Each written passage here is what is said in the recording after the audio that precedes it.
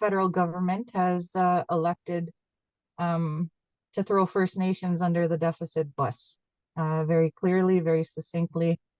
That type of behavior and attitude by government leaders not only is dishonest, but also creates a pathway for further discrimination and racist idealism towards our First Nations people. Settlements are not taxpayer dollars. They are amounts owed to First Nations due to historical breaches by levels of government in their fiduciary responsibility.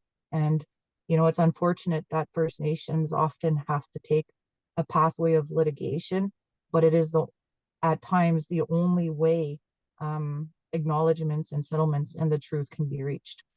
I'd like Canadians to, step up and ask the real reasons for the deficit, not to accept a simple, excuse that they were one time out of court or in court settlement payments to First Nations.